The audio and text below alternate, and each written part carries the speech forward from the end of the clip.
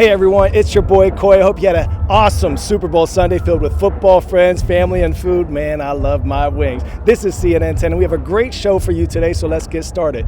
February is Black History Month. It was chosen because it's the second week of the month and coincides with the birthdays of Frederick Douglass and Abraham Lincoln. Today, we're going to highlight a group of African-American female war heroes, specifically an all-black women's Army Corps that sorted millions of pieces of mail in unheated warehouses during World War II. Last year, in 2022, they were awarded a Congressional Gold Medal decades after the fact. They were called the 6,888th Central Postal Directory Battalion, nicknamed the 6888. The unit was made up of about 850 black women who were tasked with overcoming a massive backlog of mail. The unit traveled to Great Britain in 1945, surviving encounters with Nazi U-boats and a German rocket explosion before spending months sorting through mail and packages. They adopted a motto, and it said, "No mail, low morale." So they cleared the 6-month backlog of mail in just 3 months. Now, by the end of the war, the unit processed about 17 million pieces of mail. CNN spoke to 3 of the living servicewomen, and we're blessed to hear their stories next.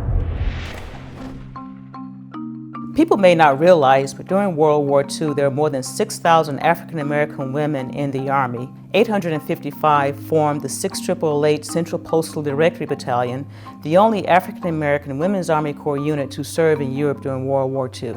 The 6888 was formed to clear the multi-year backlog of mail for the 7 million Americans in the European theater of operations. Everybody expected mail from home, and that was our complete job, is to make sure that we get the mail out to the different units. They didn't have computers. They didn't have even television in those days. So mail was a very important thing.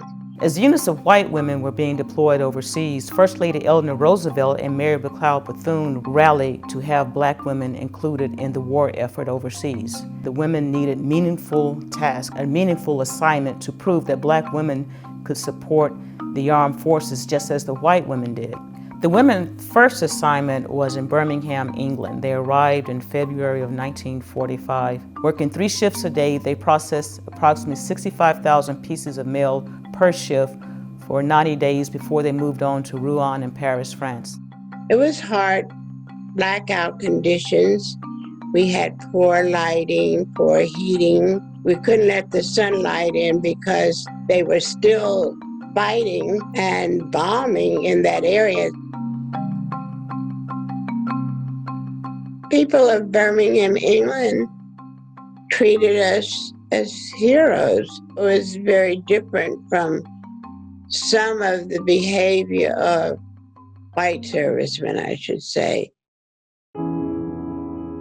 It was segregated to the point where when we wanted to go to the base exchange, we'd give a list to one person and they would go in and buy. We were not allowed to go in post exchange. We had our own quarters, we had our own unit.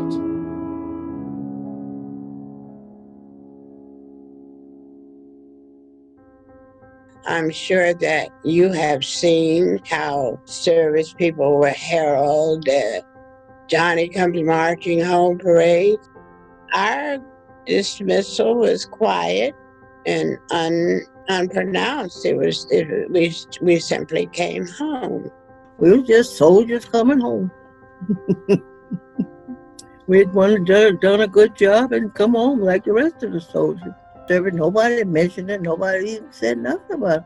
About 70 years later, that's when we started understanding what a good job we did. But otherwise, nobody mentioned about the black or white blacks doing nothing.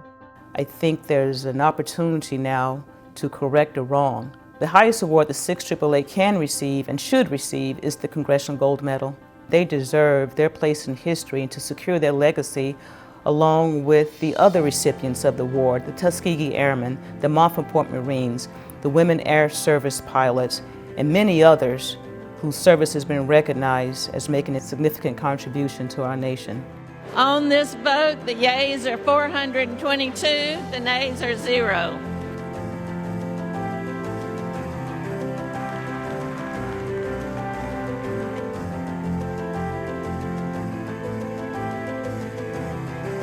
We want to leave a legacy that we have done something that is remarkable.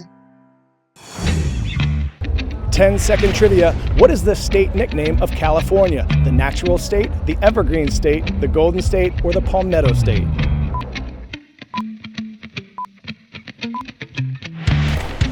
The 31st state in the union is nicknamed the Golden State. Up next, a study released last week shows the world is producing a record amount of single-use plastic waste. The material, which is convenient, durable, and cost-effective, can present environmental challenges when not managed properly. In July, California became the first U.S. state to announce targets to reduce the amount of single-use plastic. Trash in all its forms is an ever-growing challenge for major cities. We'll hear now from Richard Quest, CNN anchor and correspondent. He's taking us to Los Angeles, where the city is using a barge to capture floating trash in waterways before it reaches the ocean.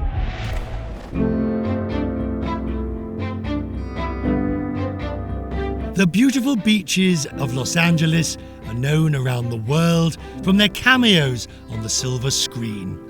In real life, Hollywood's home base is far from picture perfect. The city faces a major villain: trash, garbage, rubbish. And the problem is, it's getting worse. Even though the waste management is pretty good in the United States, not a lot of waste is ending up in the environment.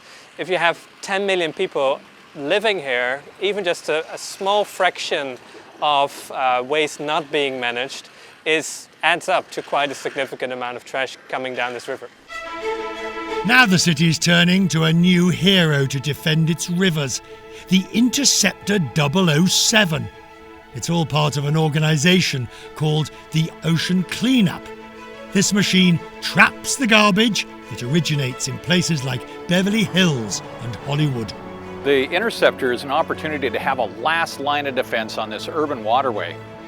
We try all kinds of measures, from public education to trash booms further up the creek, but nothing can be quite as effective as right here next to the ocean. And these beaches on Santa Monica Bay are some of the most famous beaches in America. So we really want to keep these clean for public health, for tourism, for wildlife.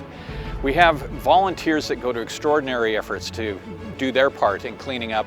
The group already has interceptors in places like Malaysia and Vietnam.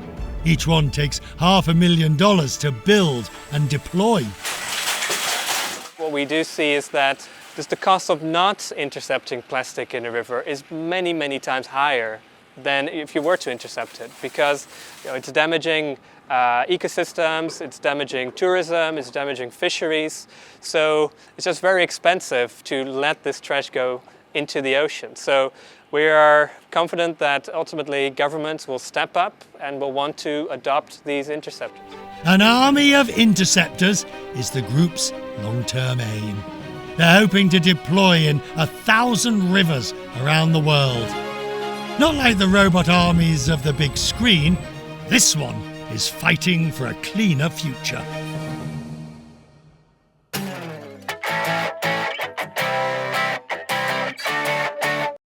And today's story getting a 10 out of 10. This event deserves a round of applause. I love it, for real.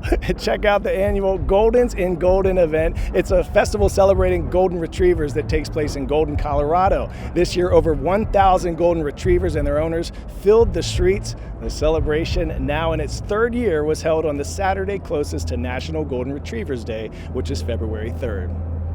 Now on to our favorite part of the day, shout out time. We're giving a special shout out to Central Middle School in Omaha, Nebraska. We see you, and we hope you and everyone watching around the world have a wonderful one. I'm Coy Wire, and we are CNN 10.